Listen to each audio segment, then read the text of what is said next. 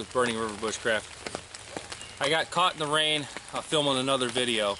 I'm unable to do that video in the rain today, but since I'm already set up, the camera's under a tarp, I'm going to do a quick review of a couple knives that I received. Now these knives are from DED Custom. I'll put a link in the description. This is the Bushtool. Now this is designed after, Morris Kahansky's idea of the ultimate bushcrafting knife, essentially. This is his version of that. So this one, he makes knives to order. This one has a 4 1/8 inch blade. It's not showing up that well against me. 4 1/8 inch blade. I believe the handle's a little longer. He has a welded on steel pommel on the end of this.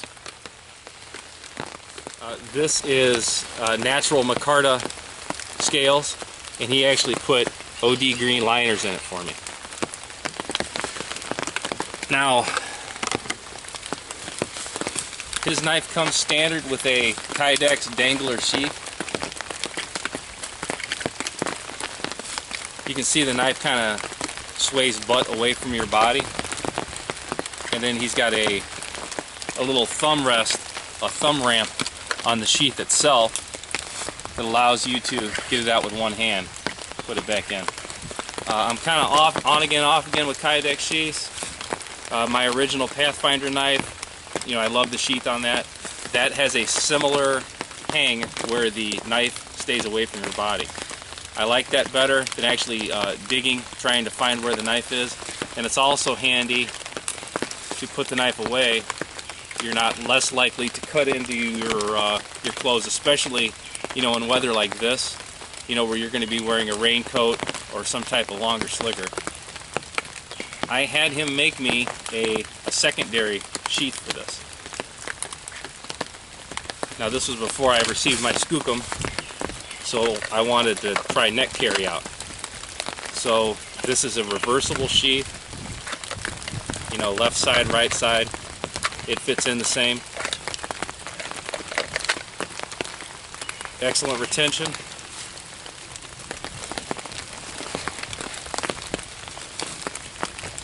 It's not going to fall out, but as you're working, the knife comes out fairly easily. And again, this is the Gen 1 Bushtool from DED Customs. Now Dwayne has recently came out with a second knife. This is the Generation 2 Bushtool. Now you can see right away it's a significantly smaller blade. This is a whole lot closer to the skookum than his Gen 1 tool.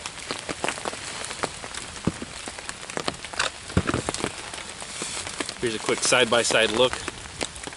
The blade is probably at least 1/8 shorter, if not 1/4. The contour, it's awful light for this. There we go. The contour of the blades, you can see the Gen 1 tool significantly thicker, got a more rounded belly to it. This is continually arched, but it's much more subtle. Both blades are 1/8 01 tool steel. The handles are nearly identical in length. So the contour of the handles is significantly different. This is much more Coke bottle shaped. This is a larger grip. Less contour to it, but it still has subtle lines to it.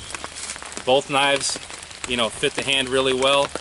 This, the Gen 2 tool, locks into place a little better for me. The Gen 1, your hand is locked into less of a grip. You're a little more free with your grip. With this one, you can get all your grips, but your hand generally stays centered. This is significantly heavier than the Gen 2. The Gen 1's got the wider blade, so that wider blade obviously is what's taking up the extra weight. Now that I have both models, I no longer neck carry my Gen 1 bush tool as a rule. Normally, if I'm carrying this knife, it's on my belt. The Gen 2 bush tool, this one comes only with a neck sheath from Dwayne. And again, this is reversible, so in this instance, if I want to flip the sheath, you know, the retention's great, and I'm going to draw the knife with a cutting grip. Now when I put it away, the blade's actually pointed a different direction. The one thing I like about this knife, in the dark, you can tell, you know, blade side from back of the knife side just by the contour of the grip. Very nice, very detailed, orientated knife. It's got a great point on it.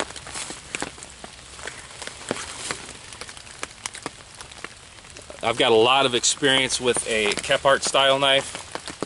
That's actually been one of my favorite styles of knives over the years. But the one thing that is lacking is a usable point like this. Definitely it's more game skinning orientated, while this would be more of a crafting knife. You know, he's got the double lanyard holes in both knives.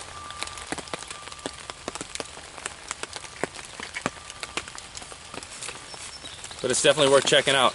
I'll set up a link to Dwayne's Facebook page, which is DED Custom, and definitely take a look. So with the lighting I have out here today, it's hard to do either of these two knives justice.